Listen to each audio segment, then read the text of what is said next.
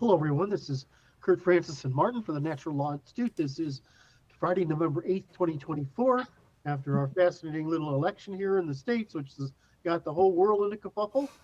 This is our office hours Q&A session, and we're going to answer, I don't know how many questions today because I'm a little confused because of the number of meetings going on. So normally what happens is, that you guys, you folks, the audience, submit questions. I guess I don't know. I know you guys tell me all the time, but I don't actually know what the process is. I know that eventually Martin answers them, and that I give additional commentary because Martin's always right. I don't like to say it too often, but I have to. Zach says, "Good morning. God bless America and Trump." Right on, Zach.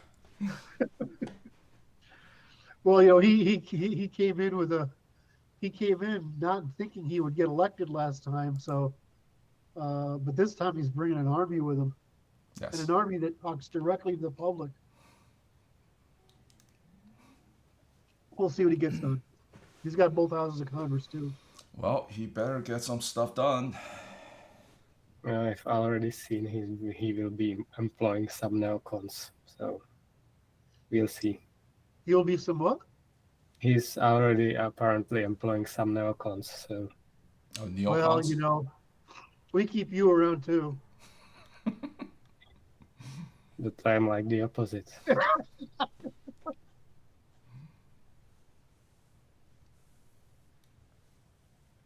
All right. So do we have any more chit chat that we got to say about? Please remember to, if you've got questions, ask them. The questions do get more difficult over time, I've noticed.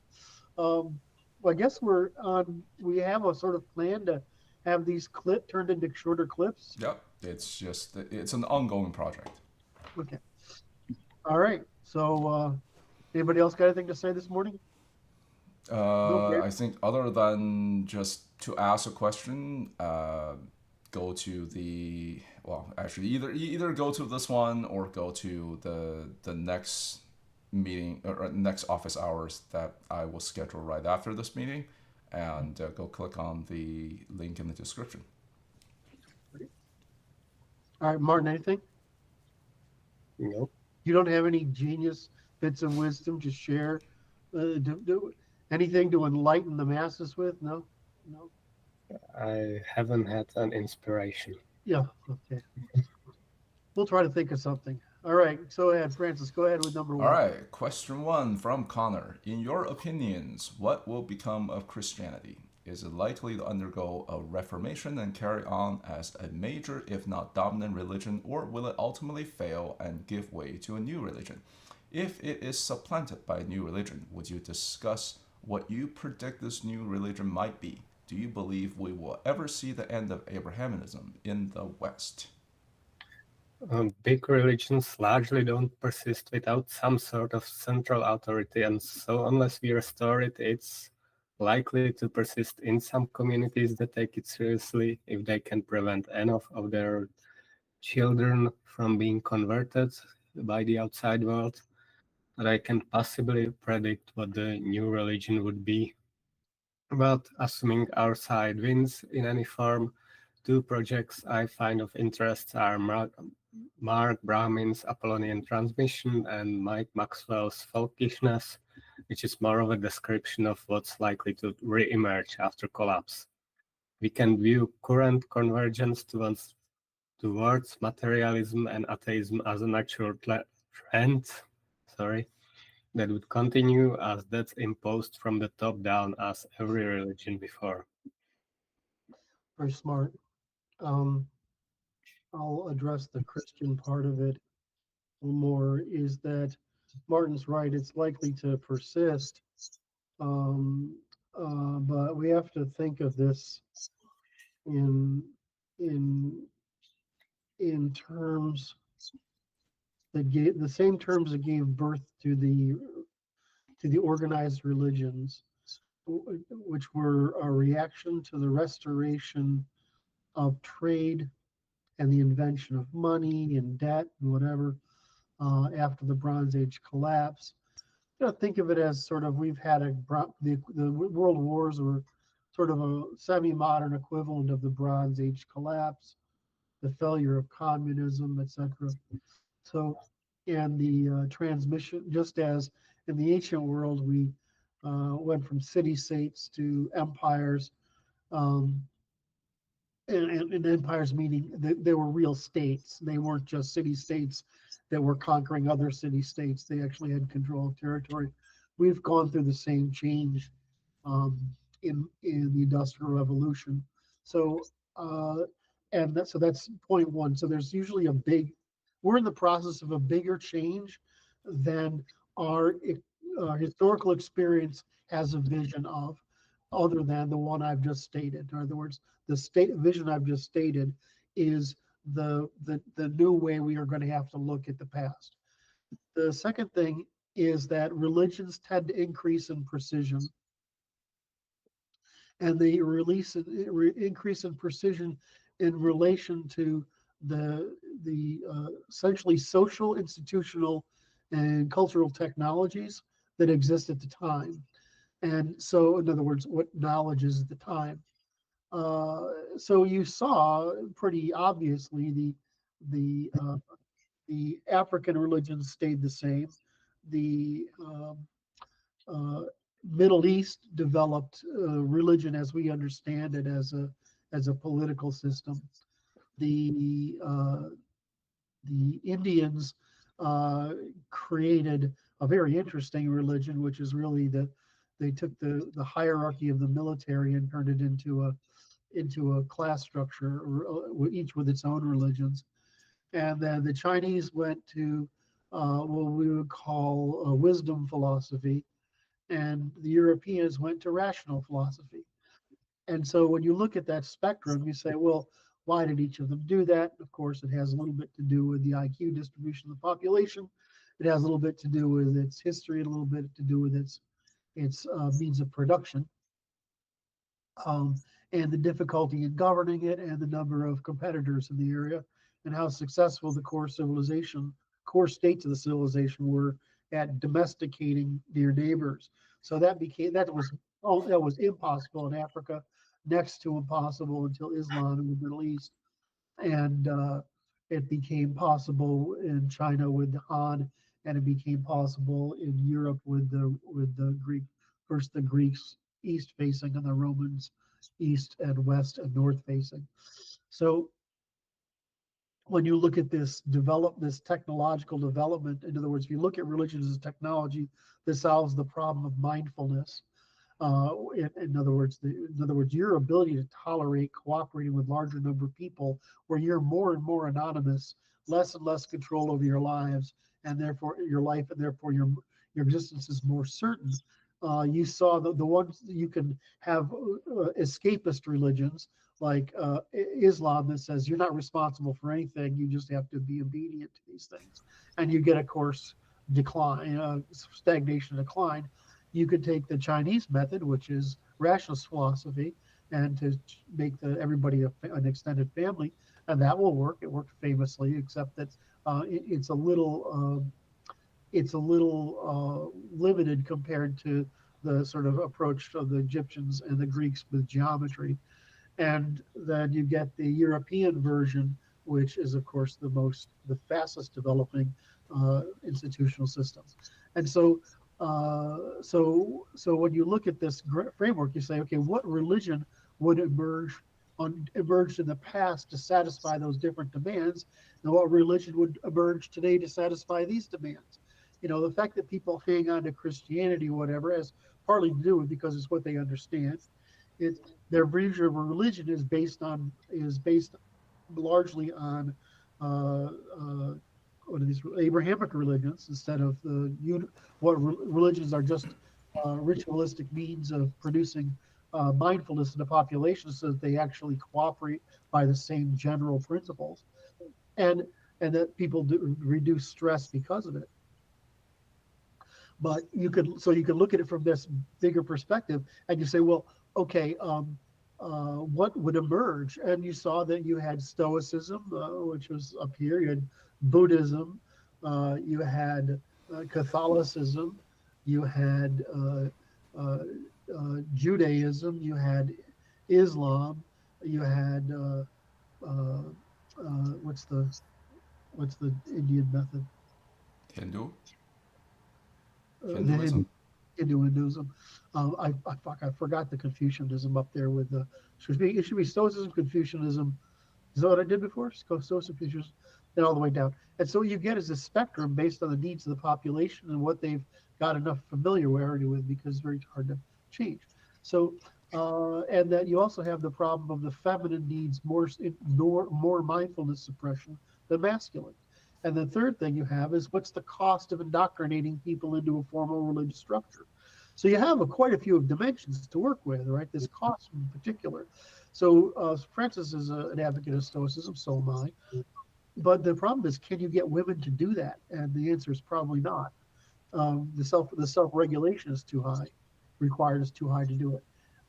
But if you look at our religious structure, what do women appear to be able to do?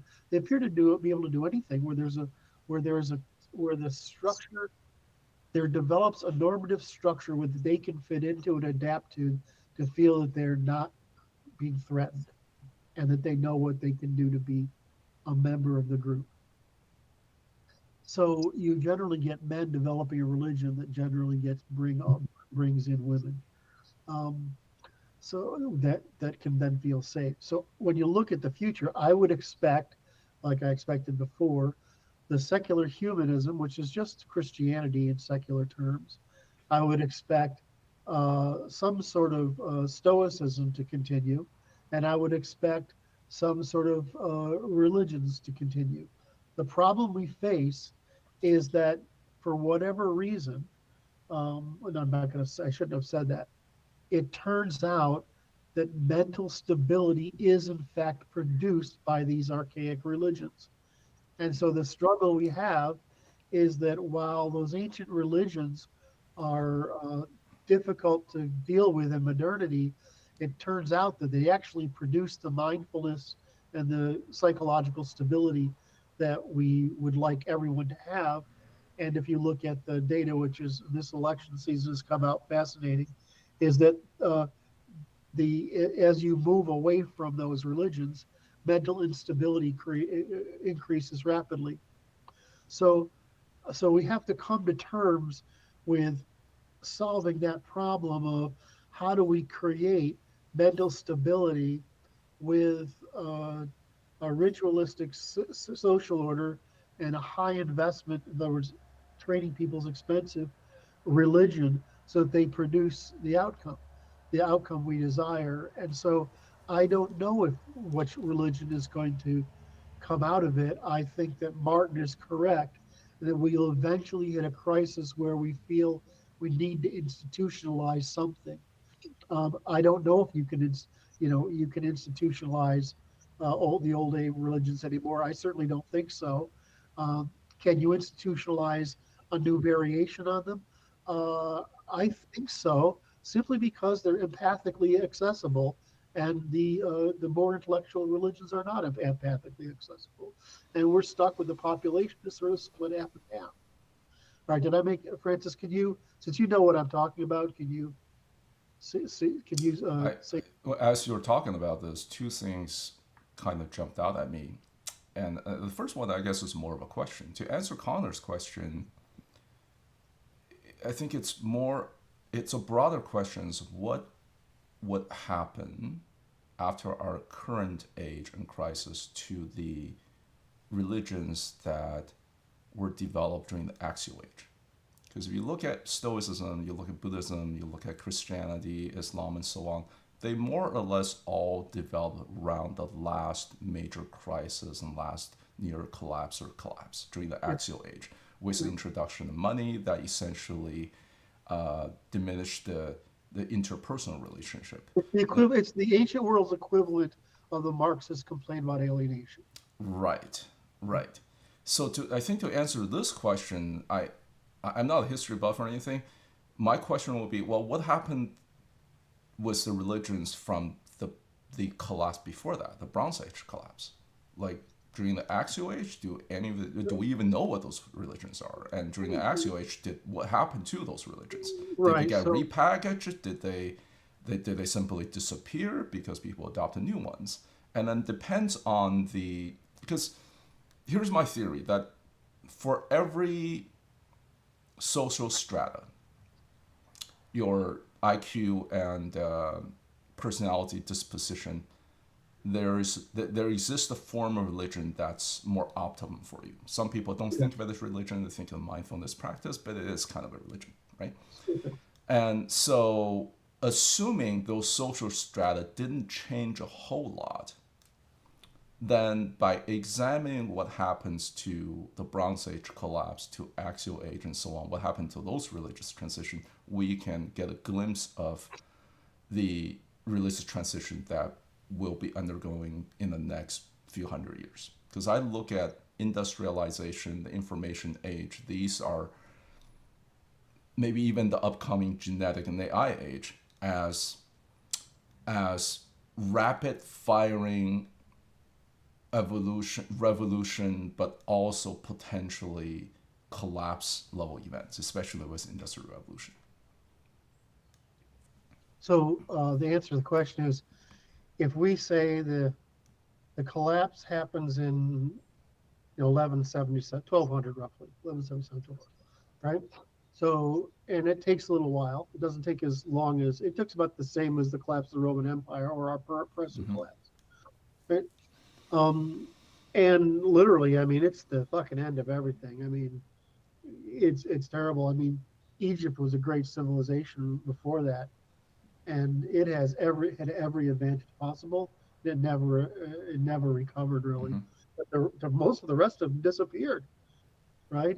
And so, but it took from the beginning of recovery in 800 to the development, the beginning of the development of these religions in 500 BC to about just about 100 AD. About 0 AD, right, to 100, that period, for these things to become understood, right? In other words, to formalize. So it took a while. It took hundreds of years.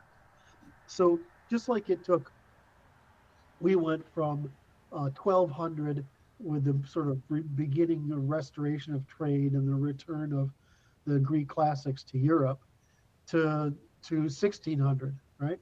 And then we went from 1480 1600 to the Industrial Revolution, and we're still going through this process of upgrades, right?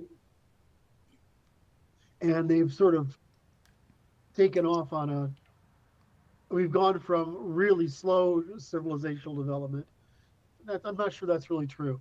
I think the Dark Ages, right, were really bad compared to other historians, because the trend we were on, my view was before 1000, we should have hit the Industrial Revolution. Yeah, China certainly did have certain signs of industrialization with the steel furnaces and so on. And I mean, you could argue that even ancient Greece had working steam engines. Correct. So when you look at it that way, the real issue is the rise of the Middle Eastern rebellion against civilization, and that the product of that rebellion against civilization was the anti-civilizational religions. In other words, the regressive resistance religions, which we tended to, most of us civilized these religions one way or the other. Certainly the East and West did, and reacted to them accordingly. But they still were, that 1,000 years really hurt. However, once we got back on track, in other words, it took until the year 1000 to get 1200 to get back on track. We got back on track within a few hundred years. We recovered, and by the 1600s, if China had hit a European outpost instead of an African and Indian one, right? We might have both gone at the same rate, and we would have been in a different world. So I watched a fascinating documentary about did China make contact with the Roman Empire. I think it came close. I mean, certainly we know that goods from China, such as silk, made its way into Rome, and some history hypothesized that it actually bankrupted Rome for yeah, go ahead. buying silk via the Silk Road and so on. Right. But apparently there was a Roman outpost all the way out to Kazakhstan or something Yes. that eventually got incorporated into Chinese empire one way or another. But it wasn't no. There were no official records I'm aware of from either side that said they made diplomatic contact. No, but they're and the information was transferred was kind of funny Right. actually.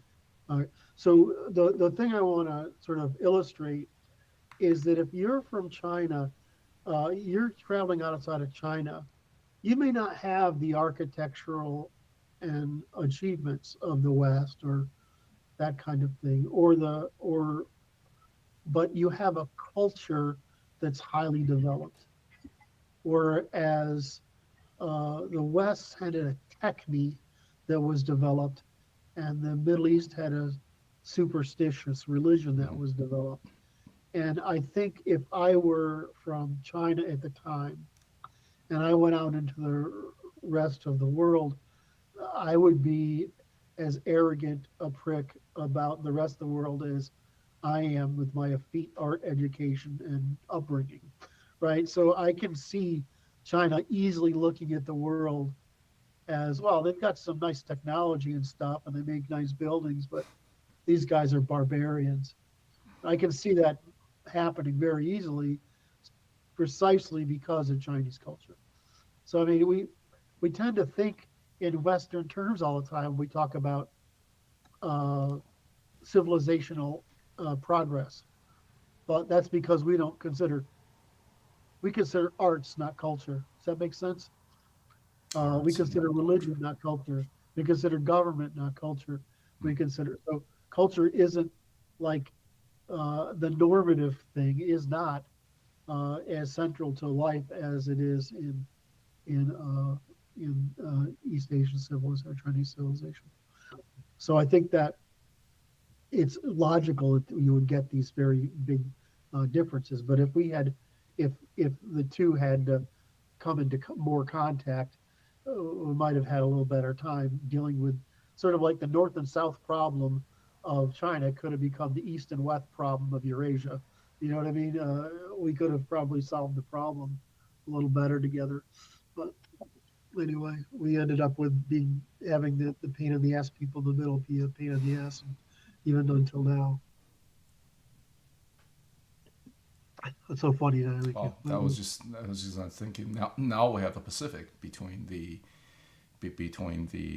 core of the West and the core of China. And once the collapse happens, I think that's even going to be that'll be even more insurmountable of a barrier.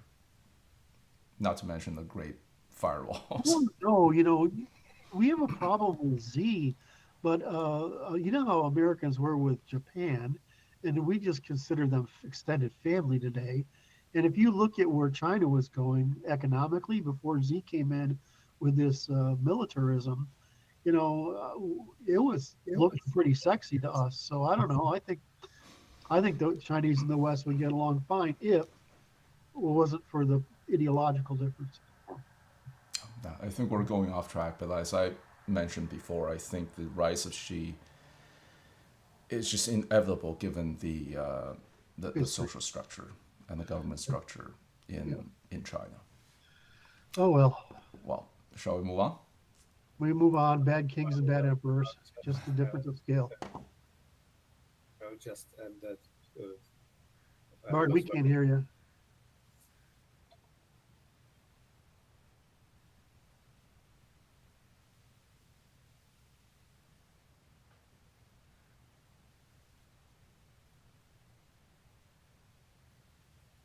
Well, we heard you No, we can speak, hear. but You it can't hear just it was a right. volume issue. It's just a volume issue, Martin.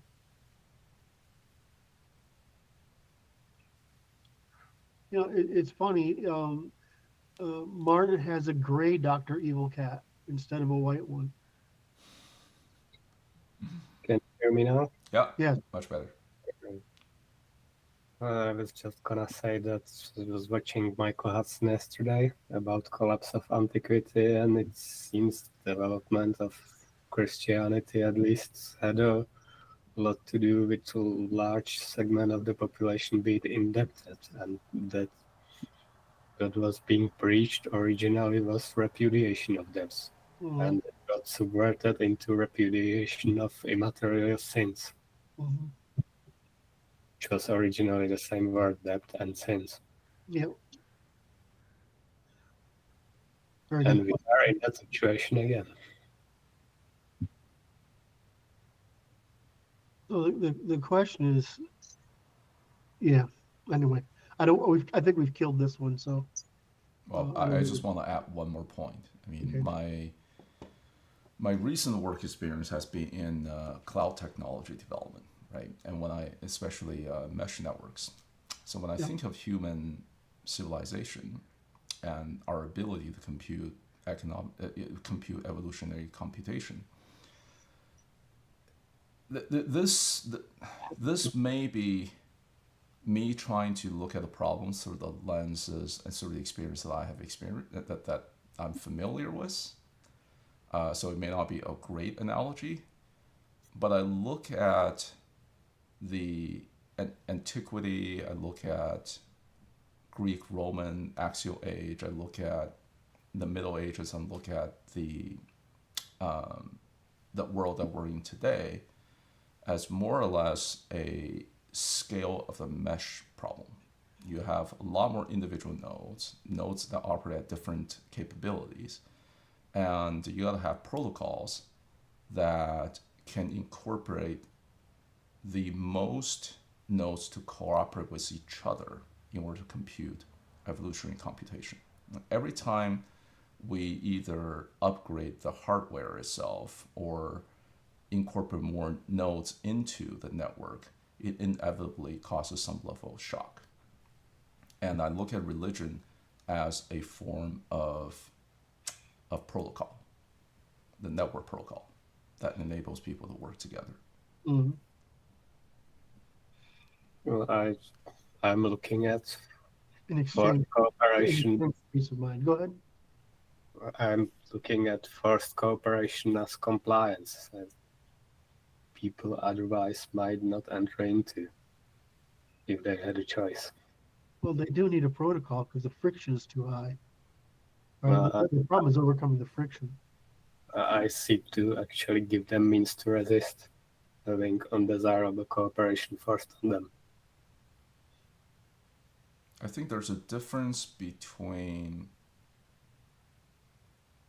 a protocol that enables mutual trade and exchange versus one that's forced on you.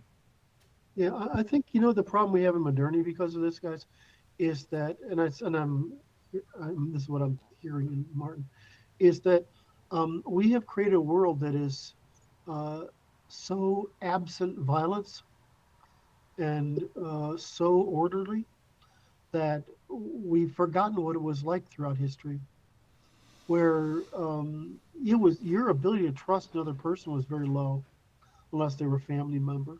And even then, you only because you had the insurance of every other family member. So development of trust historically has been very difficult to achieve, and so we live in this world where we're trying to project ourselves back. I can't remember who I was talking to this about the other day, but a friend of mine got his PhD translating Greek, and he says you can't. It's amazing. It's not like Egyptian, which is holy shit, or cuneiform, right? Right. If you try to translate cuneiform, you've got to sort of understand the mind of the people at the time and that whatever part of the region was using it. The same thing with Egyptian. You have to sort of understand their view of the world to translate it. If you understand ancient Greek, the thing that's been sanitized from ancient Greek is the violence, is the pervasive sense of violence, of the awareness of violence in the ancient world is something we are gratefully insulated from because of generations of scholars who've sanitized it. But the ancient world is a very violent place. It was a very risky place. Scarcity was everywhere, and you could not trust people unless you had a lot common interests to maintain. So I mean, what's the woods of Europe were uh, d- dark places populated by demons and brigands. I don't, I can't remember the quote. Um, so you know, but that's the history of most of man. So we look at these things when we say we need a religion for protocols. It's the same way we need laws for protocols, and the same way you need systems of measurement for protocols. We do this in a world that has been so successful in developing and producing protocols that we've become numb to the fact that better angels of our nature is an artifact of production of our suppression of those evils. So I don't I don't I don't think it's easy. I think we underestimate the importance of of intuitionistic systems of measurement and behavior. In other words, training. I think we underestimate it, and I think the failure to appreciate it was able. They were able to get away with it for a couple of generations because they were running on intergenerational transfer by habit. But once you run out of those habits are dissipated, as are many norms. Now you've got the problem of, you have a large percentage of the population that no longer has shared manners, morals, ethics, or even group evolutionary strategy. So the way I look at it is mindfulness as a vehicle is the reward for the successful production of a group evolutionary strategy as a system of narratives that contain a system of values.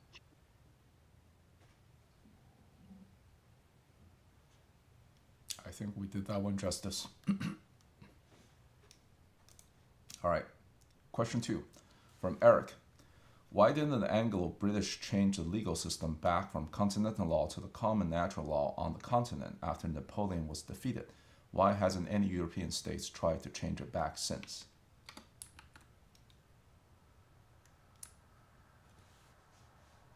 No, it's not right, Martin. It's not right. That has to be a first. He's using the there's he's making an understandable error. So the common law is an invention of the Romans, and common law means that the ruling class in Rome does not decide for you what is a law in your jurisdiction. It's that you decide what a law is the thing that is common between jurisdictions. So the so that common law became the common law idea. In other words, it was called traditional law in Germanic civilization, right? But when you become to say, well, now you have your Rome and you're trying to govern across jurisdictions, across people, you say, well, we can only do empirically what these people have in common.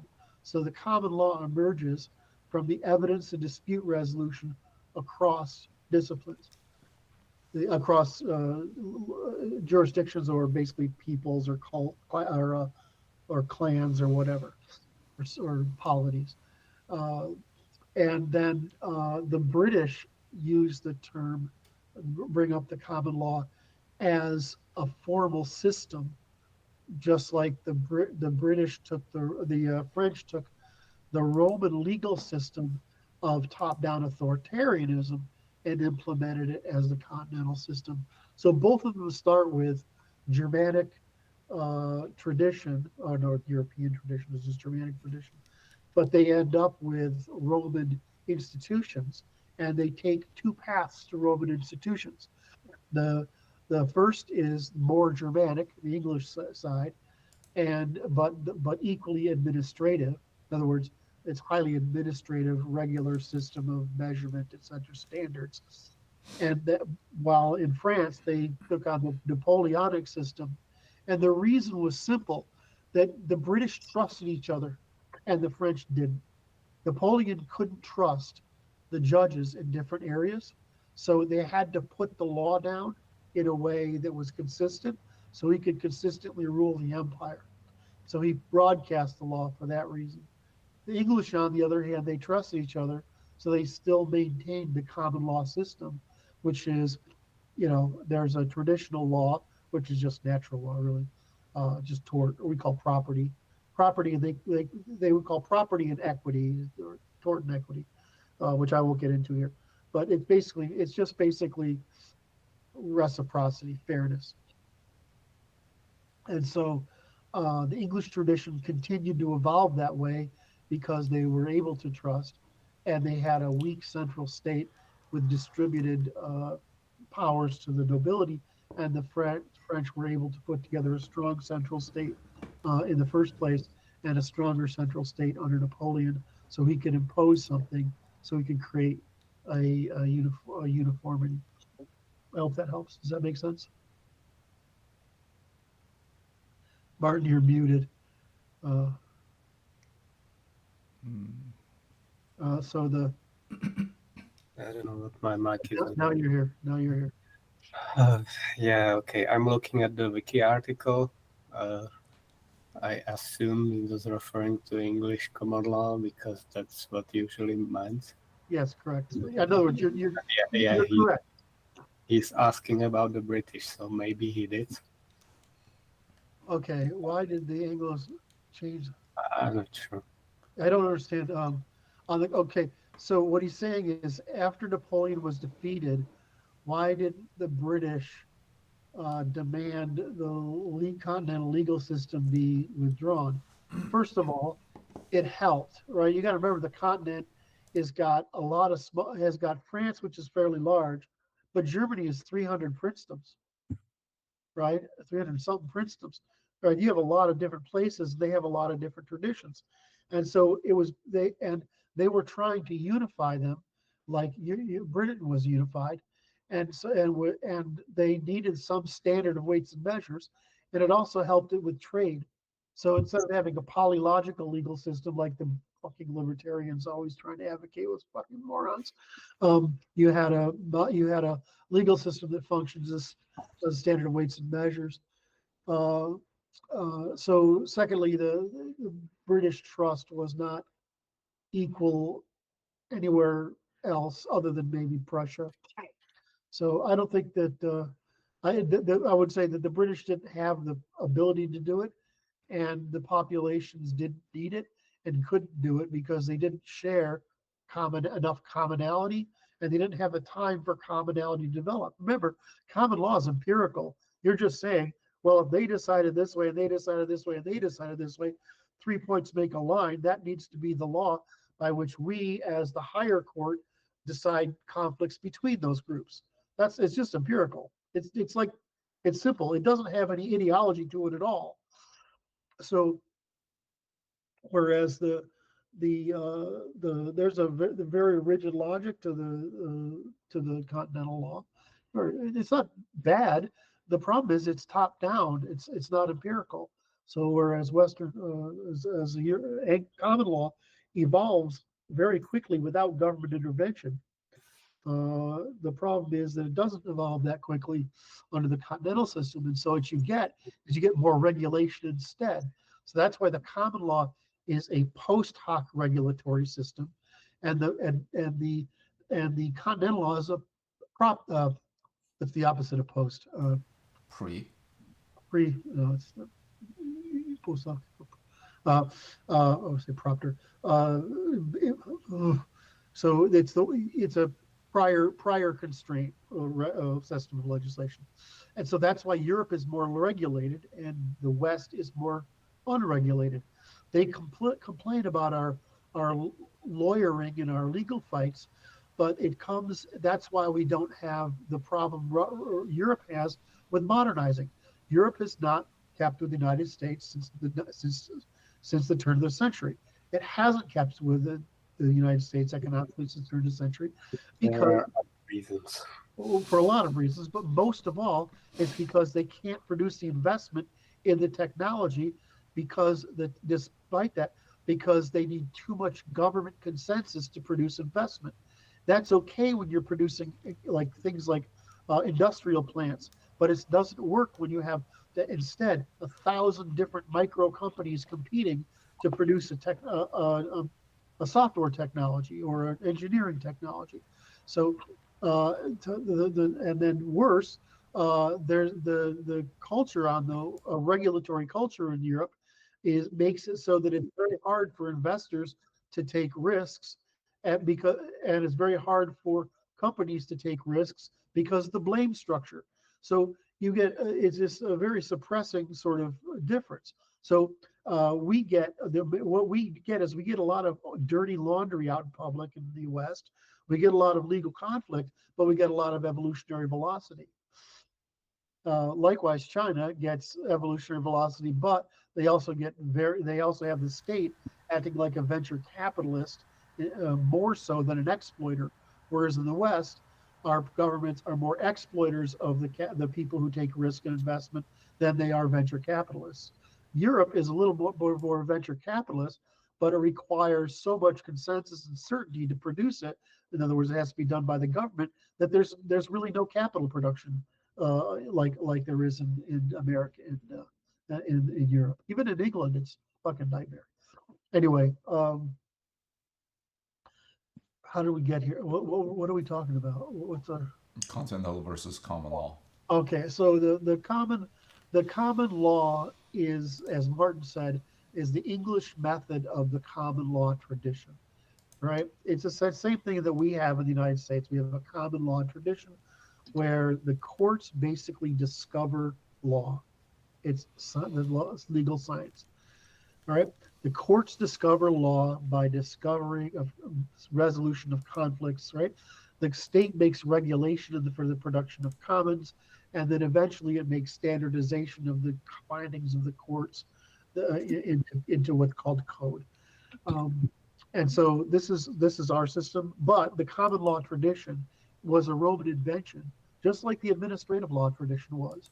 The difference is one is the empirical method of discovery, and the other is the authoritative method of publishing a standard.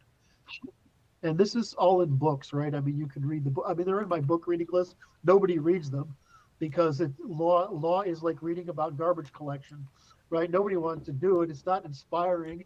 It doesn't tell you what philosophically how to be aspirational. It just tells you about how laundry was collected, about garbage was collected, basically, and how the plumbing of cooperation was created. I find law fascinating, but I'm just such a slow reader, especially in English. I find it hard to go through all of them. But, Did you hear? Sorry, go ahead. But a friend of mine showed me this. He collects books, right? So he showed me this hardbound book about I guess like Western European law or something. It's a hard to find book, but one passage you like to cite out of it was a ancient dispute resolution from I think it's Norway or something. So somehow a bunch of Norwegians and a Swedish fisherman got into a conflict, and the Swedish fisherman lost his hand for some reason, and then they took him to they went to a local judge, and the local judge says, well, you guys should pay him 400 gold pieces, which is a lot of money. And then these guys don't want to pay, and the judge said, okay, how about this? I will pay him the 400 gold pieces, and between the four of you, you figure out how to pay, you figure out who the hand to cut off and pay this guy who lost his hand. It's one of the cases. I guess it's just one little anecdote of how law developed. I find that process now that I'm older and more educated. I find that process fascinating. It's fascinating because it's really the engineering. Mm-hmm. We like a lot of moral talk and all this other crap, right? but law is just engineering. Yeah. It's how the sausage is made. What? It's how the sausage is made. Exactly. And In Germanic culture, it would be normal that you can kill someone, but you have to actually tell everyone that you're going to do that for it to be allowed.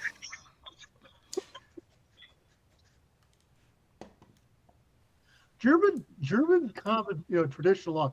It's fucking fascinating because it's restitution based, it's trust based, right? So you have to do that, right? I mean, you have to tell everyone, oh, I'm going to go kill Fred, right? The Vikings were have stories of that in the Icelandic saga tales, right? So it's actually because it's not now you're being trustworthy. Right. It's not murder while they sleep anymore. Now it's a contact. It's basically a resolution by resolution by violence. Right. He knows you're coming. You guys have a duel, and whoever wins, I guess, that's the right way. And it's just keep the peace, keep the trust internally, right? I mean, it's just fascinating to me. All right, did we kill this one? I can't. Oh, Zach says. I just want to say, Martin, just to preserve Martin's reputation of never being wrong, he actually he understood the question based on the common understanding of the term common law. He didn't. So I'm just defending Martin here. The thing is that I'm quite a scholar of the law, and so I understand this. Basically, I understand the history of law mostly in the world. So I was looking at the comments just now. Zach Friedman said the proper term, I guess, is propter hoc instead of. Yes, it's. Okay, I learned a new word, propter, and we have propter hoc. And we have both the president of the institute as well as vice president of the institute on the chat, and they both ask a question. So I'm gonna go from historical order. So Moritz asks, what practical exercise do you recommend students of the science of testimony, decidability, and cooperation to use to West, whether they are advancing? Moritz, I hate to say this to you, but none of us get to jump in line. If you want to ask a question, put it in the doc. Brandon, even I have to put it in the doc. No. Brandon asked a more related question to the topic here. What year in history did the courts cease to produce net gain adaptive velocity? We're not executing justice for a while. Say that again? What year in history did the courts cease to produce net gain adaptive velocity? We've not executed justice in a while. That's relatively easy. Courts always do. Courts, like led governments, always. While I'm giving the explanation, I'm trying to think of the year in my head. All right, so I'm going to do it. So, courts and governments and church religions, everybody makes the same category of error, which is give me the question again? What year in history did courts cease to produce net gain adaptive velocity? Right. It's whenever the court has a mission other than the resolution of disputes. Does that make sense? Right. That's where courts become problems. The court. What happened was after Napoleonic conquest, there became a positive law movement in the West. What's his name? Oh my God, I can't believe it. It already existed. There were already reintroductions of Justinian Code and stuff like that. I'm talking about something else. Okay. Give me 1 second here. I gotta. It's Bentham. Thank you. So Bentham starts and then it goes to, so it goes from Bentham to Austin to Kelson. but it actually happens. It starts to happen once the um, progressive movement begins to bubble after the British. Uh, when did they bring in the Jewish guy, Disraeli? He, when was Disraeli brought in? When was Disraeli? Uh, what a person whose last name is really Benjamin Disraeli. Uh, It's 1874 to 1880. that's right. Prime So, Minister. so you get this period, and it's really the Industrial Revolution going into full swing, and the unification of Germany in the lead up to the World Wars, because the British Empire is at its height, all sort of crap. So the Industrial Revolution starts to spread, and then eventually, by 1900, America takes over from Europe. America is more productive than Europe. Um, and so you get to this point where the court starts making these progressive decisions. They're not resolving differences. They're engaged in engineering. And this is where this and so what happens is, instead of having the traditional law and the monarchy doing their bit, and the parliament doing their bit, right? You all of a sudden have an ideological movement that seeks to um, achieve grand goods on the scale of Marxism, right? Grand goods, and it shows up in the progressive movement, which is sort of like a Christian version of Marxism. Whereas progressivism is more the Protestant New England evangelical do-gooder thing brought to scale, whereas Marxist is the Jewish seditionary.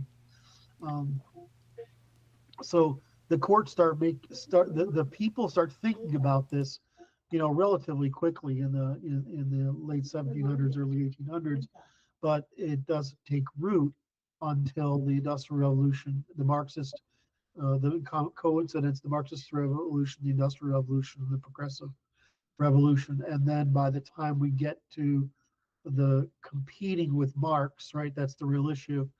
Once we're competing with Marxism in the West, trying to preserve our tradition, our aristocratic traditions and our common law traditions.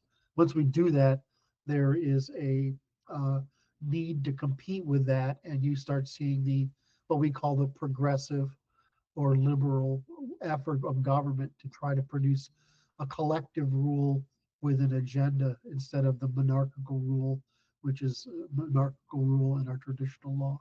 So saying what year it happens, that's hard. You really start seeing it. You start seeing it with the progressive movement.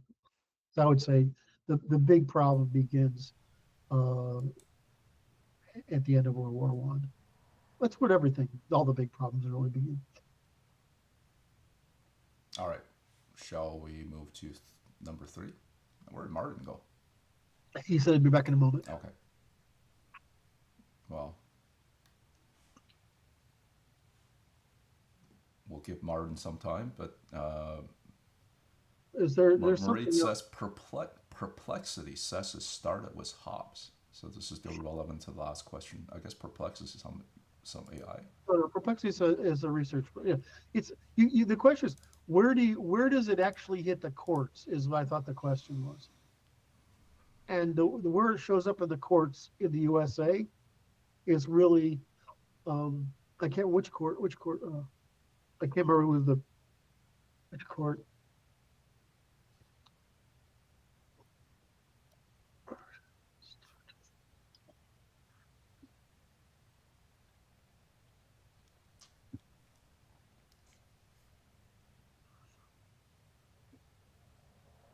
Yeah, the Lochner era, 1905. Yeah, so right. So it starts there. So far earlier than I ever thought. I thought it became a problem in the 1960s. Was a progressive court and everything. Well, what happened in the 1960s is they successfully got during the 50s, they switched to, so Germany had been set this example of, holy shit, look how these guys run things. We got to do that in America too. Mm-hmm. It's the managerial state, right? It's Mm-hmm. the James Burnham critique of where we went wrong, right? Um, but if you look at the 60, if you look from there, then you get the migration of the Frankfurt School here, and then the conversion of to credentialism post-war because of the Germans, the expansion of this state under Roosevelt and whatever, of course, during the Depression. And you get this sort of building up until the 1960s. You've gone through two generations of people now, and you've got actually indoctrinated people into these positions in the universities. And so by the 1960s, you've produced a group of people who had never been able to go to college before, right? Because of the post-war wealth of the 50s, to be able to go to college in the 50s and 60s, where they'd never been able. These are one generation off the farm, and these are not, right? And so you get this generation without the tradition, middle class tradition, and they're indoctrinated by people who've been indoctrinated. Yeah. And so it's the same. We roll that forward. We've had three iterations of that sort of process, sort of work to undermine it. So the conquest happened at every level throughout decades and generations, not just at the Supreme Court level. Correct. When I referred to 1960s, I was thinking of the Supreme Court, but what I didn't realize is that conquest already happened. By the time it got to the Supreme Court, it's already conquest. It already conquered the entire system. Yeah, so I can't remember the old ones, right? But the Warren and Burger Court, which is the period you're talking about. What is that? 53 to 86. Mm-hmm. That's when it happens. So you get this sort of group in there that's this post-war group that's been indoctrinated and all this. And you got to remember, it's hard. We can blame them, except you remember that they're living in this world where the world wars have happened, right? But the relief of it's over, and the rest of the world is mowed down, right? And we're sitting here, and the average guy can get a job tomorrow. So we're not long ago, you couldn't get a job. 25-30% of the population was unemployed, right? That's the mid 30s, and by the mid 50s, or even before that, by 1950, all of a sudden you can get a job real easily. And so you're sitting here and you've got this belief in this. It's like you look at those cars from the 50s that have fins like spaceships and stuff. Yep. Right? Jensen age. What? The Jensen age. Right. I mean, it was crazy, but you see that because it's a symbol of irregular wealth, right? That they projected that would continue into the future, and they acted like it. Well, wealth reduces stresses, right? Because it ends scarcity, it increases choices, it moves people up in classes. People believe they have choices, they had things that happened before, and so you got very folkish behavior come out of the 60s because of it. I mean, you didn't want to have. I mean, I was alive then and was young, but the whole. I mean, I grew up thinking I was going to die in Vietnam. If I didn't die in Vietnam, I was going to die in nuclear war. Right? That's what you grew up thinking in my generation. We were hiding under desks doing nuclear duck and cover. Yeah. What? Duck and cover. Right. And so, and the 60s wasn't a great time. I mean, we had bombings all the time. We had assassinations. We had riots. We had all sorts of Marxist bullshit that they brought about. And so when so the court exists in this era. And so they're part of the gestalt of the time, like everybody else is. And unfortunately, maybe we'll be smart enough to write this stuff down so nobody does it again. But it's really hard to resist that kind of nonsense in a democratic society. And once you have people raised in that, they get into the court and they do stupid shit. And so it wasn't until the recognized failure of Marxism, communism, and socialism that happened it happened in the early 70s. So we knew by the 60s, late 60s, but it was certain by the 70s, and it was taken for granted by the 80s, right? And so people in this curve, under this curve, this it's like the Spanish getting gold, right? I mean, getting silver from the New World. Under this period, you had a lot of stupid shit come out for a bunch of people who were not from an aristocratic background, who were raised up by credentialism and a novel economy, and they were put in a position where there was they had a great deal of ability to influence people because the false promise of Marxism was out there as an alternative. So they're trying to find a way to survive the Marxist onslaught, which is going on in the world, right? We forget now that the Soviets and the Chinese were doing it, and nuclear war was pervasive. And so these people are living in that world, and you can forgive them their folly, but it doesn't mean we don't have to fix the problems they created with their folly. You're always somewhat making your own sins while at the same time trying to correct the sins of your fathers. You don't really have a choice because we're all human. Democratic societies make it worse, which is why you want to keep your aristocracy. But I was going to say, if you can't because of this generational cycle, because of essentially forced turning of these four generations, right? Everybody is trying to correct the sins of the father, and then we that's why you need a constant intergenerational factor to be there. Whether you call it religion, whether you call it culture, or the aristocracy, something, you got to keep that. You got to have a stabilizing factor that looks across the generations, even the centuries. Correct. I think we've done the work to produce that. Whether how, let's say we publish all our volumes, right? We will. Okay. And we need to figure out ways to chisel on stone or like etch it on on books made of titanium or something. So maybe we're the guys who produce that next equivalent of next major leap in the rules of governance, right? So that we don't have this happen for another couple of centuries at least before somebody comes up with something else stupid. And then of course we can see on the near horizon the problem of the collapse of the market system. In other words, once people are no longer valuable, what do? I mean, people were valuable as animals, right? Then people were valuable as workers. Mm-hmm.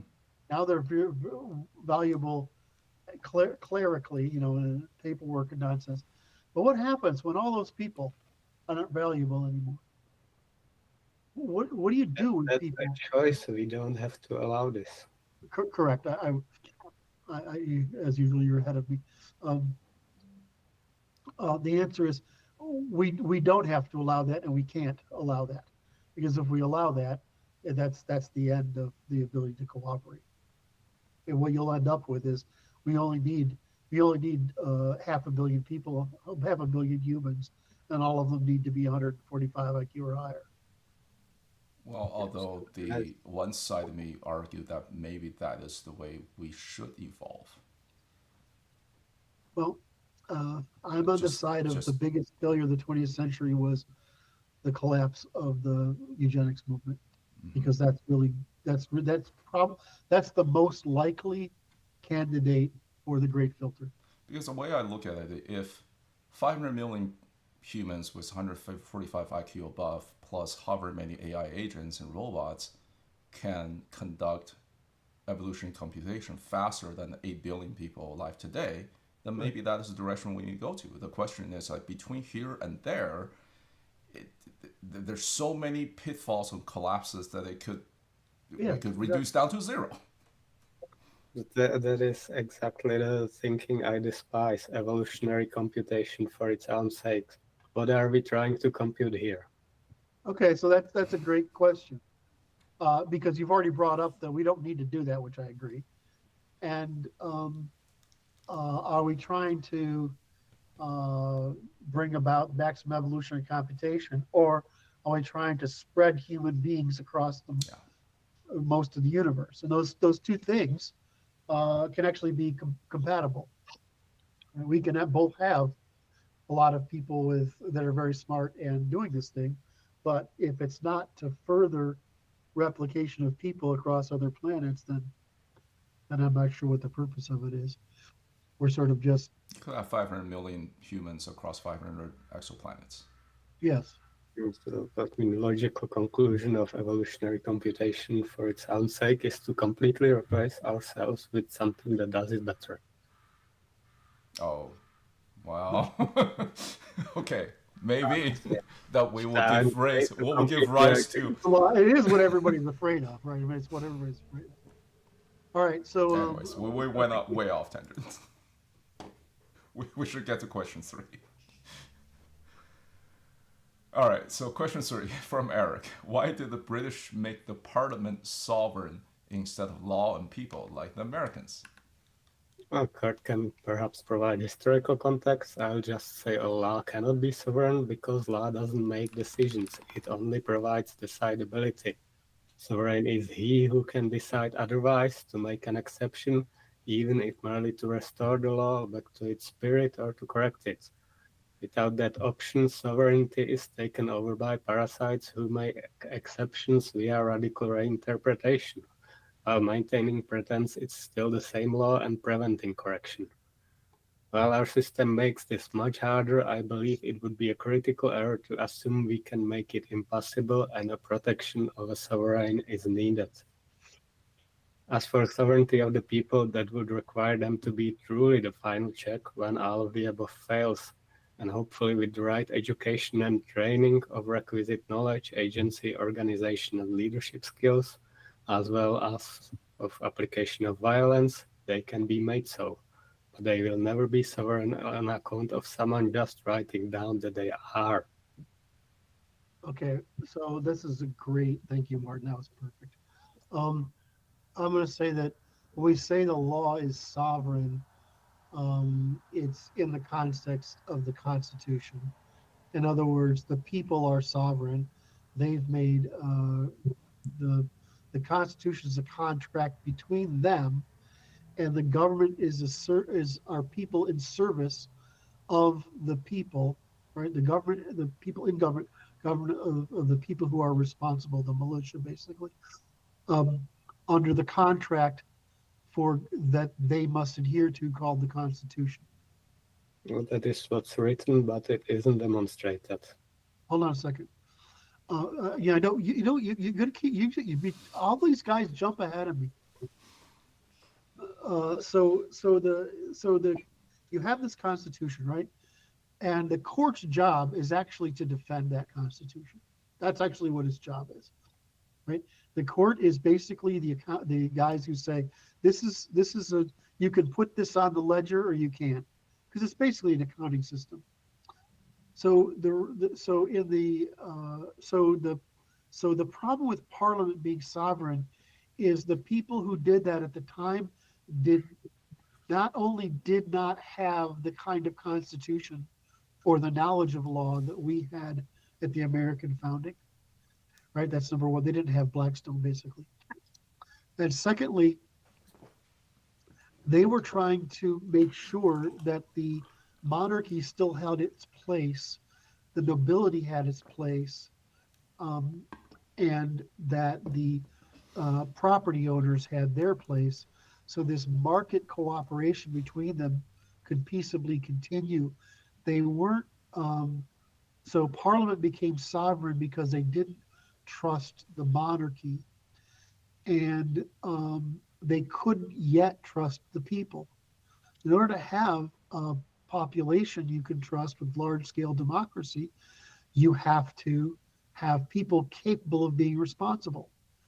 And that's, of course, the problem America faces today. At the time, who's responsible?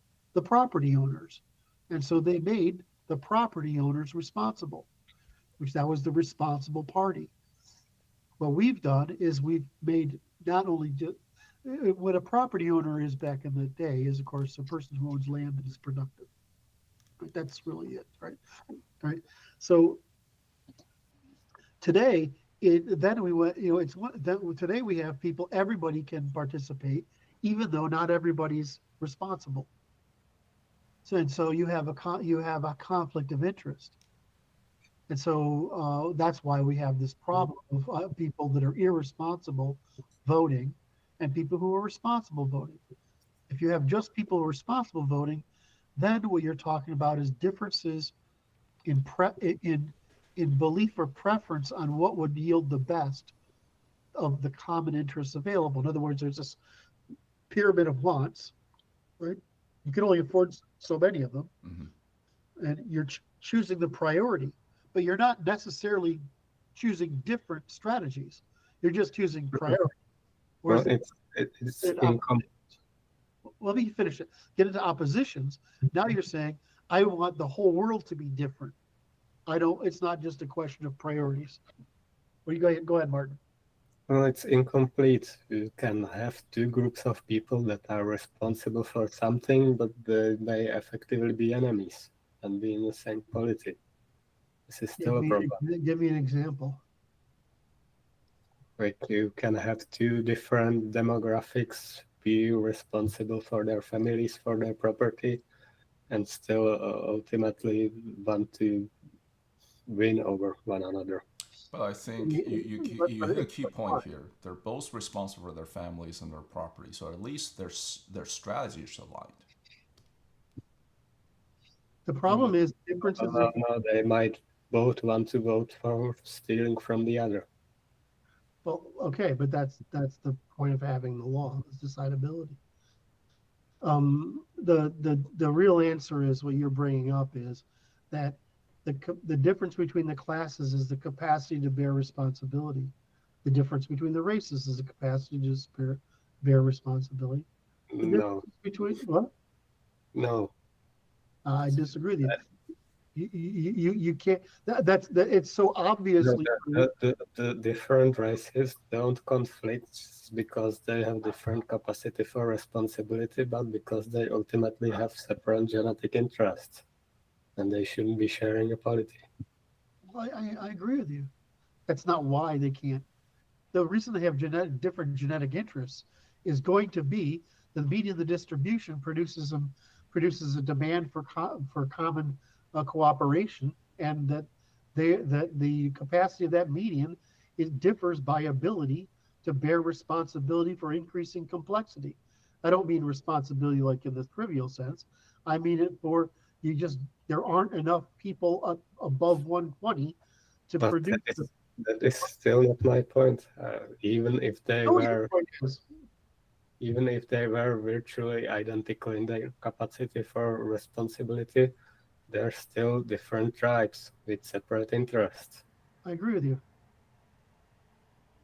You're going to have so they want for theirs. That's true, but that doesn't mean it's okay. We're supposed to be taught. The context we're talking about is law, right?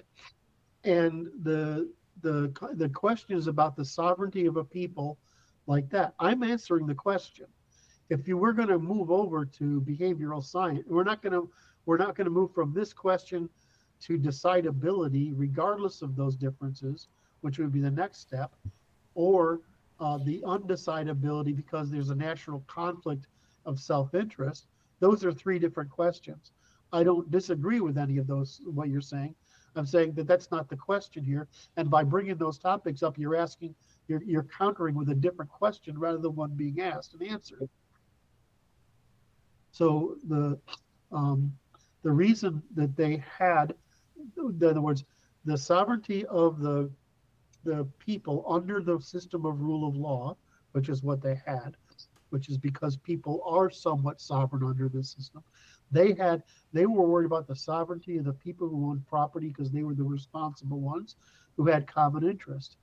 The problem we have is we have too many people who are not responsible, and we have holes in our constitution that allow for irresponsible people to be able to coordinate under democracy to extract parasitically from others, rather than use the incentive of advantage to gain as a means of creating a market for cooperation between people of different abilities.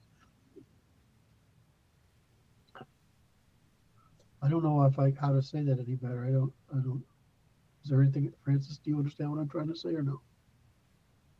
No, it doesn't I matter. just want to bring to the point that, and whether right or wrong, yes, different groups of people are going to have different interests that we don't vote for. But that's what Parliament is all about. The Parliament is there to as a marketplace so that they can come to a agreement on a common interest. But when you have different people voting for different civilizational strategies, that's where the marketplace breaks down. Well, they shouldn't be in the same state, really. They should not, well, first of all, I think I agree that they should not be included in this marketplace. Should they be in the same state?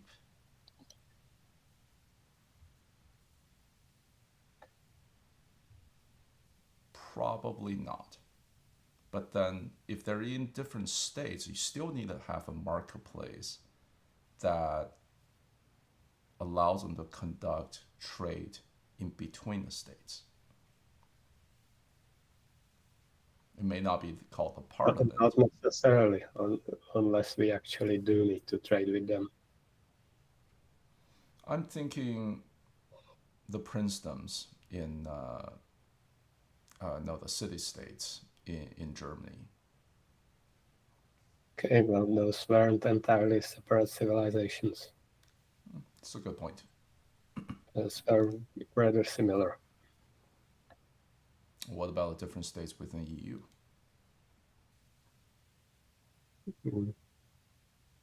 We can mostly get along, I suppose. Okay. What about then the different civilization states?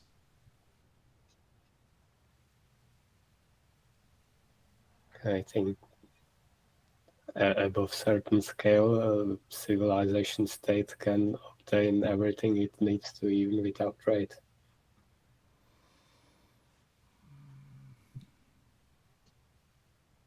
To exist within their ancestral bounds and persist, perhaps. But to become an interplanetary species, I think it will take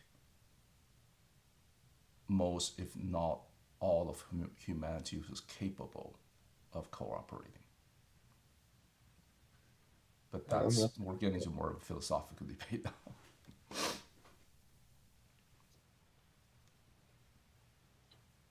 All right. Shall we move to question 4? Did we do this one justice? Yep. All right. Question 4 from Eric again. Why did the British make the mistake of the 1880s privatizing the Bank of England? I think you mentioned once before. I think we've answered this, but Martin, do you want me to answer this one? Well, up to you. I have no idea which question it was in. Why did the British make the mistake of 1980 privatizing the bank? Well, the bank was created by an act of Parliament. So somewhat, it's the same as the U.S. here. The problem is that the one thing is, if you make it part of the monarchy, right, or the government, the way it's done, it was invented. It's the Bank of England is basically backed by, or rather insured by, the Bank of England, right? And when was it? It was it's early, 1694, right? So this is early. And so at the time, the monarchy is not something the people are comfortable trusting with credit expansion. And so the government would have to raise taxes in order to pay for the current war problems. So instead, they said, let's get people fund our government. And they created a corporation, right, the bank. And that let people buy shares in this bank that would be paid for that would go up and down, etc. and give the state the ability to borrow from the people for profit rather than tax them. And so they were able to get to all the merchants on the voluntary terms rather than involuntary terms. So in the time it happened, it was really sensible. There is I think the problem we face is that once we have fiat money,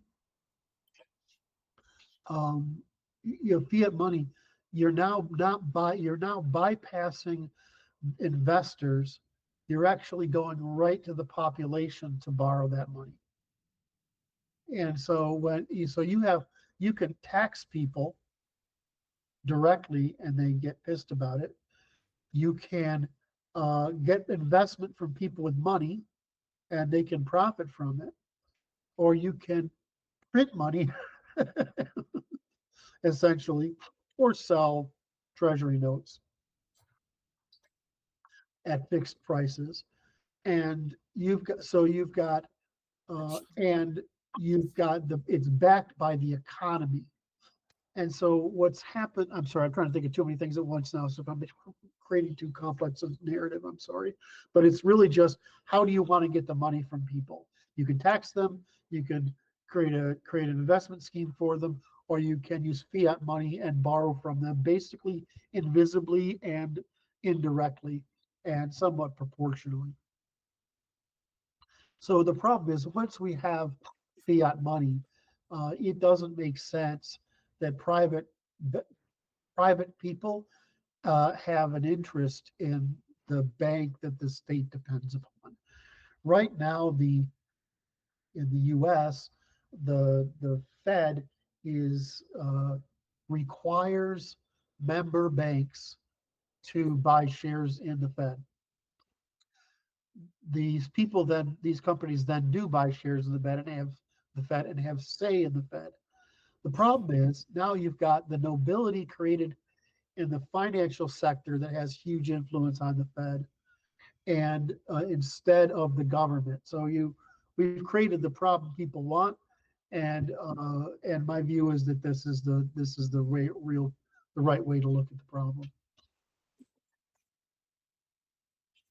So what else can I don't know what, unless there's something in the comments, I don't know what else to answer.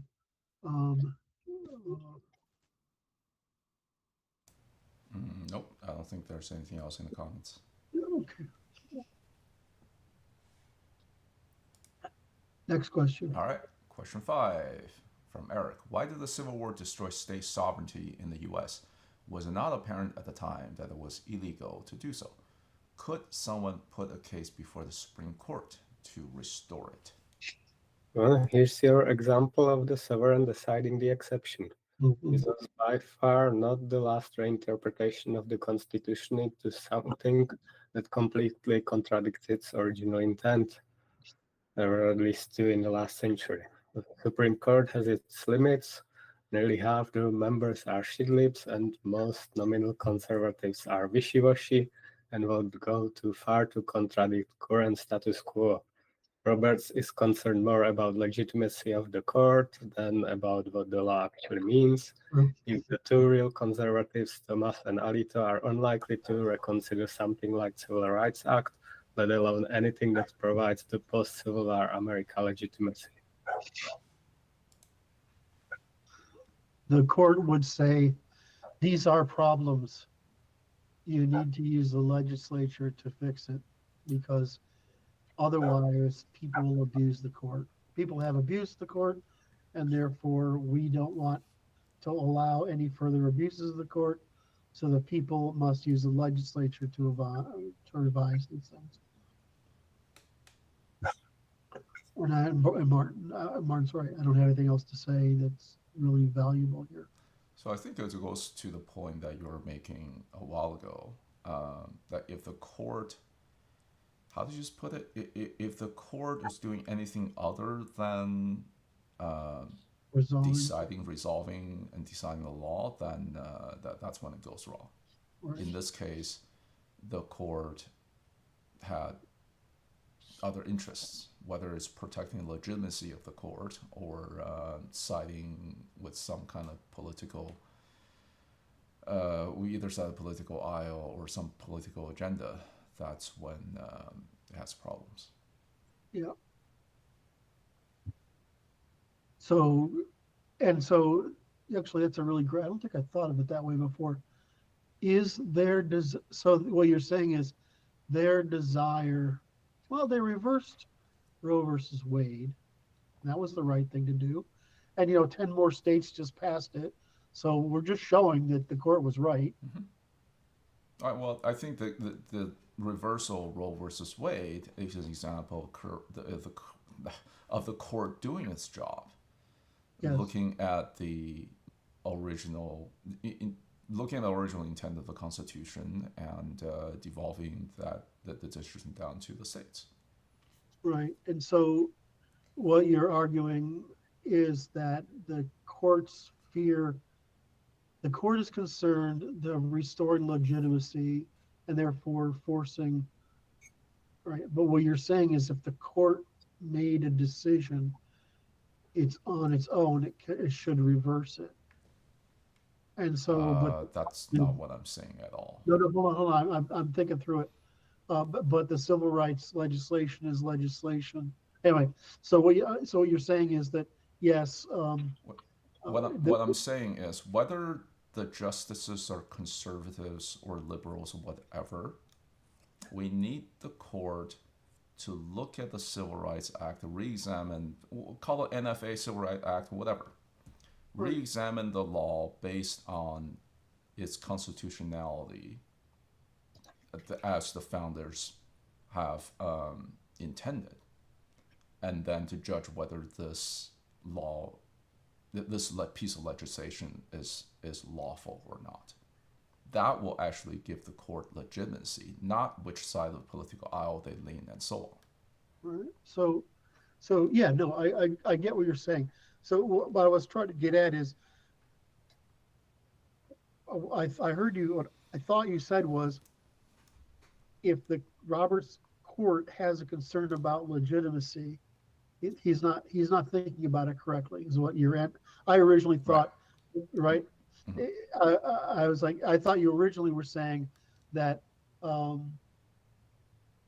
this can impede good decision making, and what I think you're saying, when I understand you better, is that it's actually that he misunderstands the legitimacy problem. Right. Okay. Correct. I think that's probably correct. No, I don't live in his head. I don't know what's going through his head when he talked about legitimacy. Maybe that's what he was thinking. It's just he didn't express it. I know what they think. What they think is, what the conservative side of the court majority thinks is that the whole fucking government's lost legitimacy, and if they lose it, then it's all over. That's what they think. Right? And that's correct. Right. If they lose it, then if the court loses legitimacy, the military has kind of lost legitimacy. At least the upper brass has. Right. Yeah. If the court loses legitimacy, yeah, we're gonna have a revolt in no time. Right. So it's not. They're not wrong. What you're saying is the act they took on Roe v. Wade was right. It's not a matter for the federal government. What I'm saying is what he perceived as way to maintain the court's legitimacy was wrong. Yeah, it's correct. All right. I mean, if Saint Justice Scalia was still alive, he should put him to. He should make things right. He would have made things right.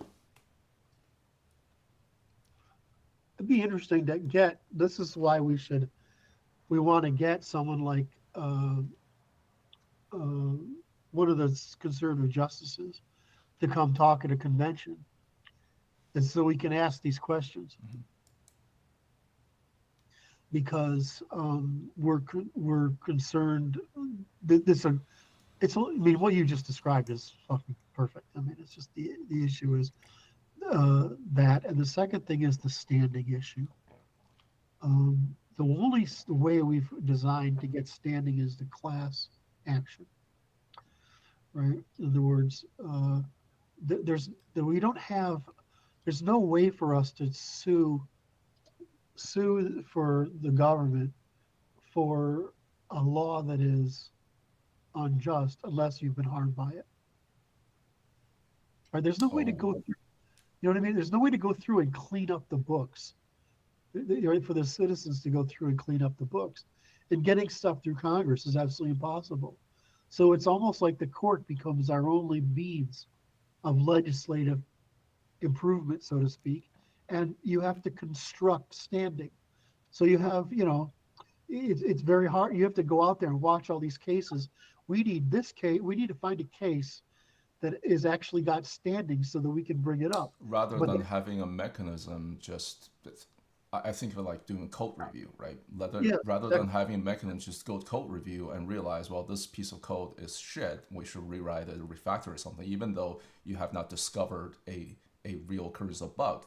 Well, yeah, that's only because you haven't ran that code path yet. yes, Doesn't mean that it won't happen. And by the yeah. time it happens, somebody's hurt. Like No, I agree. I mean, so we don't have that capacity. They didn't knowingly give us that capacity with when they gave us the class action suits. So, but the only way to do this today is to take a large number of people who are harmed by this and try to put a class action suit against it. The problem is you've got to start with a local court somewhere. They've got to say no.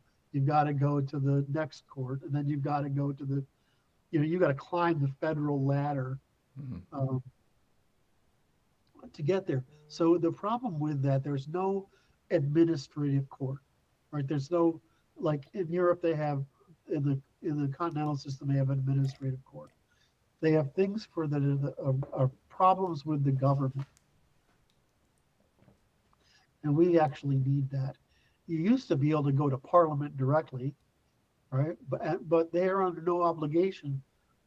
Our government's under no obligation to consider a proposal. The court has to answer.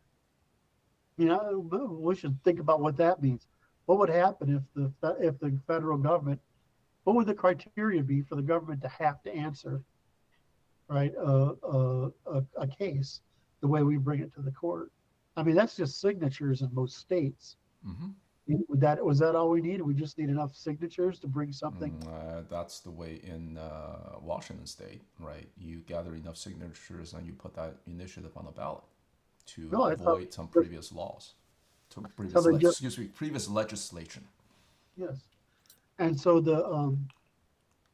for example, that's how they just got the Clean Up California law. We're done with shoplifting. I don't know if you saw that. Mm-hmm. That initiative passed. We're done with the shoplifting and drugs and people on the street and shit. So they passed it by God. initiative because the government wouldn't.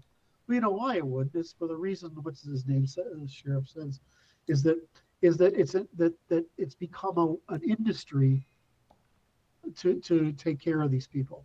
Mm-hmm. And so there's too many people now invested in using state money to care for these people instead of correcting the problem. Yeah. All right. So that was an interesting side conversation. All right, shall we move on? Yep. All right, so question 6. Why has not someone challenged the economic orthodoxy and looked into the old German model of 1930s and present-day China regarding intermixed state capitalism being superior to the present model? Is the IMF and this year's Nobel Prize laureates in economics midwits and credentialists and not competent enough? What would you change, Curt? What would you change, Curt, to improve? Oh, okay. I guess it's Curt. What would you change to improve the IMF? So, Martin, before you go into your response, has there ever been a Nobel economics laureate that's not a midweight and credentialist? I'm being facetious.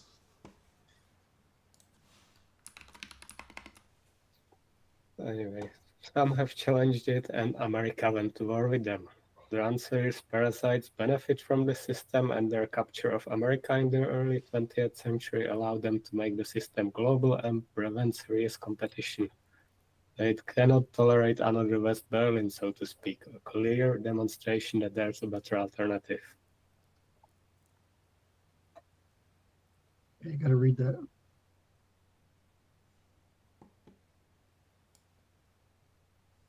I'm not sure what you mean I by don't West understand Berlin. that. Why has someone not you? Hard to It's explain. West Berlin is like an analogy. When you're in the East Berlin, you clearly seeing that there's something that works much better than what you're Oh forced to yeah, live. I see what you mean. Yeah, just like China can't stand the independent Taiwan, a independent and I'm gonna use the dirty word democratic Taiwan to exist. All right. I'm going to answer the IMF question first.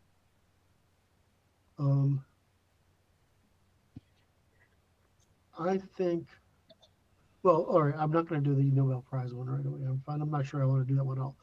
The IMF, the problem with the IMF is we should make it go away, except that what do countries do if they've lost all choices?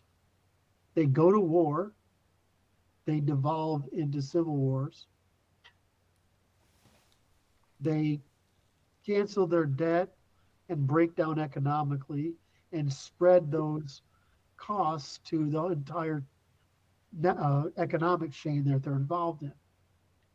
So, I think the the the problem is real. The United States has the dollar to do it with. It's one of the values of having the dollar. And so, which problem do you want to have? My view is that we should get, my view is that um, we either should get compensated for it somehow, right? Or we should More figure than enough already. figure out if the use of the dollar is enough of a return on us to continue to do it, or if all we are ending up doing is paying off corruption, or if what appears to be the case is we are giving countries the room to fail in their attempt to evolve into modern states, viable states. My understanding is that's what we're attempting to do, and that it's been relatively successful because the dollar is a global currency, a reserve currency. It ends up being fine because the world ends up paying for this stuff basically indirectly. In other words, fiat liquid depreciation of the value of the dollar or inflation that ends up with depreciation of the purchasing power of the dollar is essentially a way to tax the whole world for Americans' policing of all this nonsense. So the system does work. It would work better if we didn't have people trying to restore empires, but at present it does work. I suspect that it won't work into the distant future, but that there is no existing alternative because no other economy or polity can anywhere near approximate the role of the U.S. and the dollar.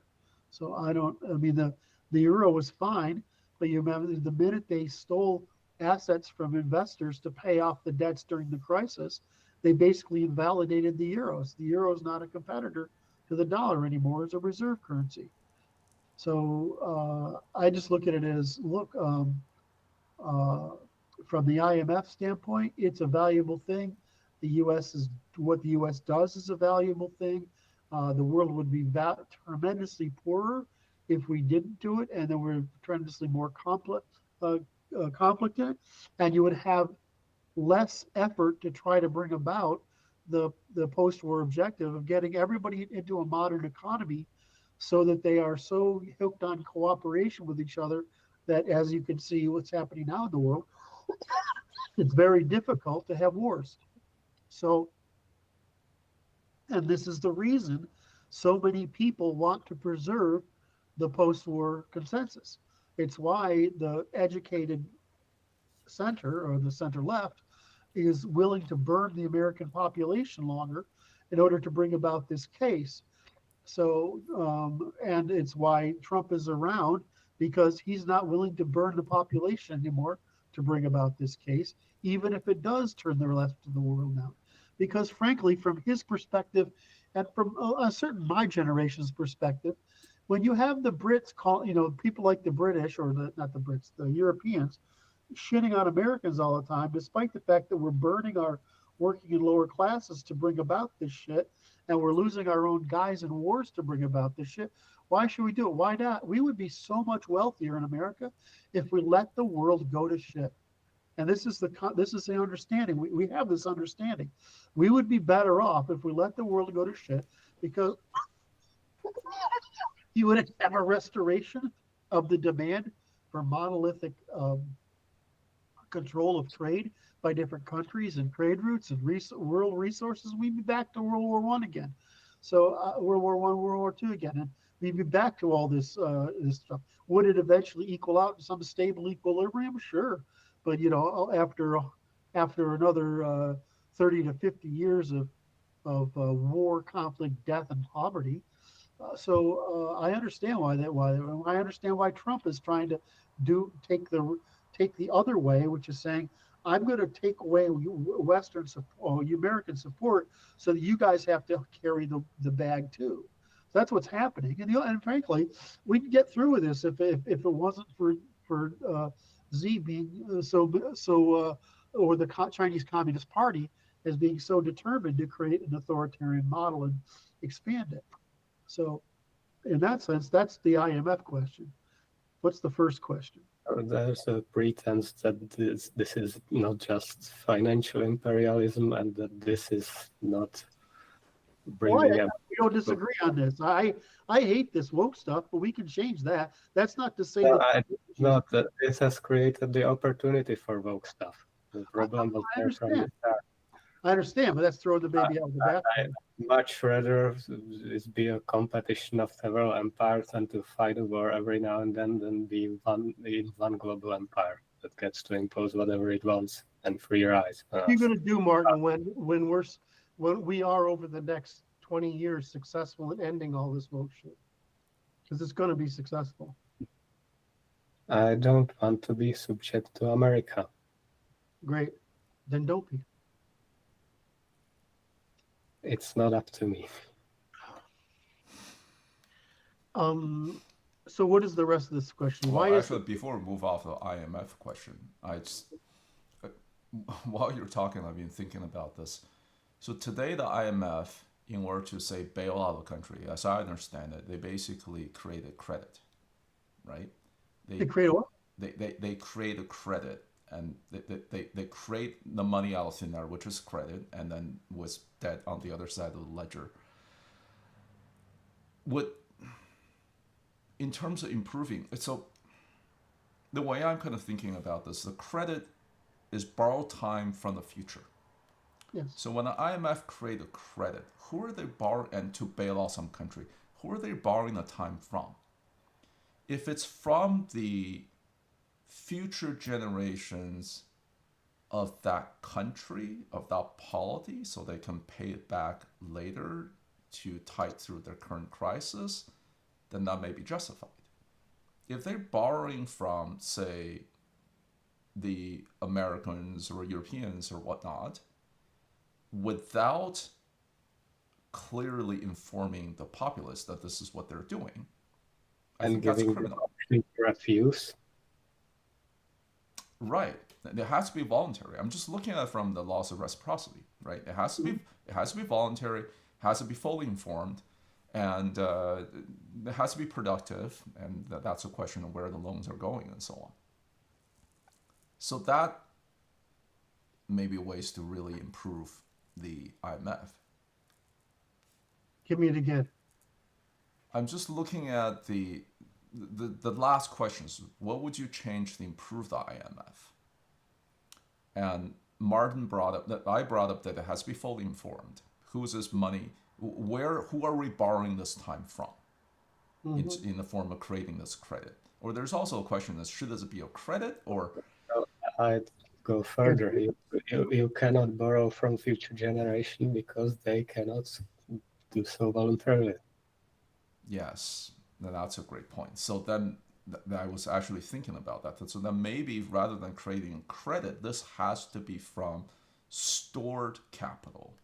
And I know we had this conversation before because they're all denominated in US dollars. It makes it muddles the whole equation of what is stored capital versus borrowing from the future, stored time versus borrowed time.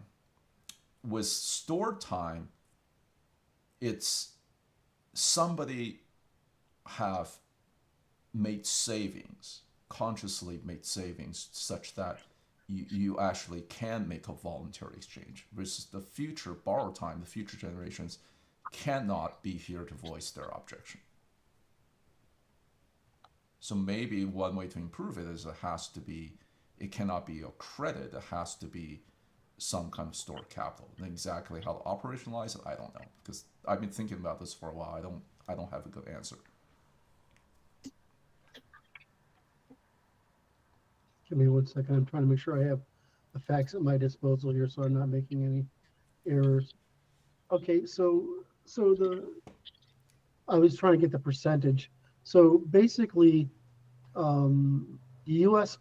is gives 18%, Japan 6%, China 6%, Germany 6%, the UK 4%, France 4%, Italy 3%, and everybody else is down into, you get down to Colombia's 0.31%. All right, so basically they have a quota, which is essentially responsibility to protect. So if they buy in originally, and then they, whenever the IMF needs money, they go to the countries, they commit their percentage of it. So the answer to your question is, it's basically a tax on the populations of the contributing countries. That makes sense? In other words, the IMF fund is paid for indirectly, is essentially a tax on the participating countries, which there's a lot of. I mean, I don't know how many are here, but it's everybody who has an economy worth having. All right, so it's the answer to your question. I just make sure I answered that question, which is, what's the effect on people? It's basically a tax, productive countries, and it's largely in their self-interest. I do know people who work at the IMF in the loan department, and so they actually make money on loan. It's actually a bank, right? I mean, they can make money on these loans, right? And so, like, there's internal development loans and that kind of thing. So what I'm thinking about is a particular roadway development in a country in Africa, and it's just a way to get a loan, right? And the thing is, it's a loan that nobody else will give you, because it's a loan for government purposes generally, right? To do something. Pakistan, like, how often are we rescuing Pakistan? How much? Well, I would argue that all those loans are just tax on developed nations to keep a failed state together.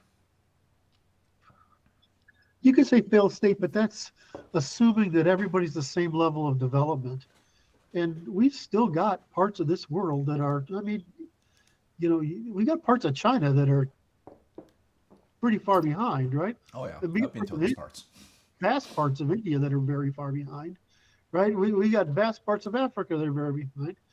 We got lots of the world that's quite far behind. So are you, what you're saying is, am I better off? I'm trying to find what the cost here is. What does it cost? Okay. How many are defaults?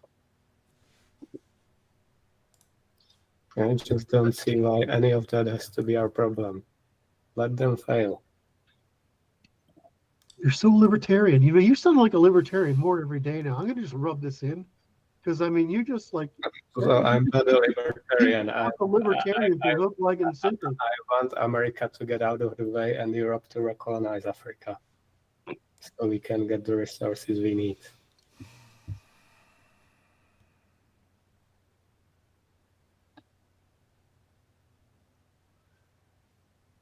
Historically, okay, there's no numbers on the number of defaults.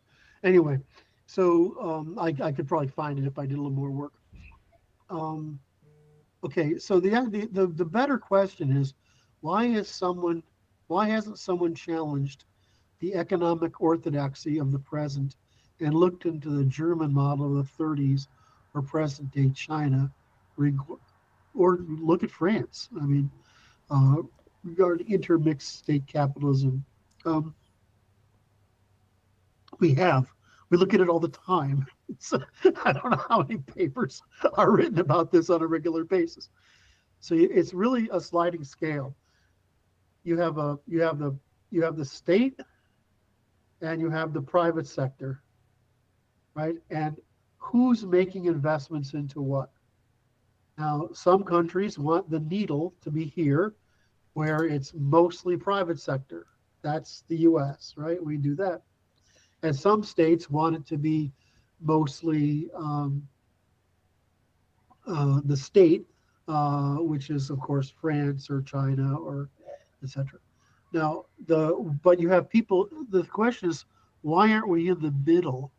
Because there's where your state is a little more like China, which is a venture capitalist for the private sector. In America, the state, traditionally speaking, the military has been the R&D for the American technological private sector. And so, and there's no, and the private sector, quote, gets it for free. Now, in China, they do it the other way, which is, I'm going to invest in you, but I want 5% of your company in return. This is actually the smart way to do it. It's how the monarchies did it. It's how essentially San Francisco does it. And so in the sense of that, the problem is that in authoritarian societies, they can do that because you're taking speculation. You're doing strategic speculation. And the better thing about doing it in the Chinese or the German model is that you could invest in longer term higher outliers than the private sector will. So that's a better tool. In the West, what happens? You have a lot of investment in things like consumer debt, which is a waste of investment money. Mm-hmm. Whereas what we should be doing is taking our capital like China does, and forcing that capital into increasingly longer term, higher risk investments. So, if you're going to borrow time from the future, at least use it on things that'll provide you the investments that'll provide higher productivity, not correct. On current consumption. Correct. Because by definition, the latter is non-sustainable. Correct. Which is the bad thing, right? I mean, so if you, especially once you have fiat money to invest, right? Mm-hmm. It could be inflationary, mm-hmm. but it might not be. It might be, holy shit, we got a lot of return on it. Right. For example, how much value has Elon created by his investments in things that are future oriented? In other words, the returns on these things are long term and very difficult, even though he's done a reasonable job of making a little profit along the way. The whole point is he's trying to make mega profits in indirect capital over the long term. Yes. So it's just very difficult for the private sector to do that with any regularity. So you basically need the mixed model. Now, we had historically in the West used the mixed model. I like to bring up the Jewish navigator Columbus, who we know he was Jewish now. The Jewish navigator. I don't think that was confirmed exactly. I'm pretty sure they got the genetics on it, right? They got the genetics of it just recently. I think those conclusions came out before it was certain, and it's just genetics. I'll look at it again, Martin. Thank you. They look legit to me, so I'll go look at it. But anyway, but he was financed by the state, right? He went to the Queen for the state. So why isn't the state doing this? And I like it because the state can then get its revenue from production rather than parasitism, right? The state can earn its investment on behalf of the people. And so one of our goals, my goals, is to say, we got to stop this, we got to end this use of consumer credit, interest on consumer credit, which is completely pointless, and force investment into these matters.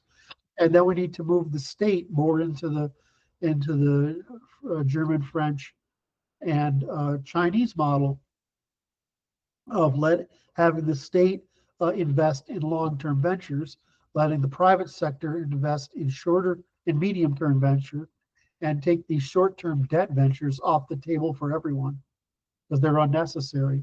It's just a statistical probability of giving people personal credit. It's a basically actuarial function. So the answer is we have challenged the economic orthodoxy.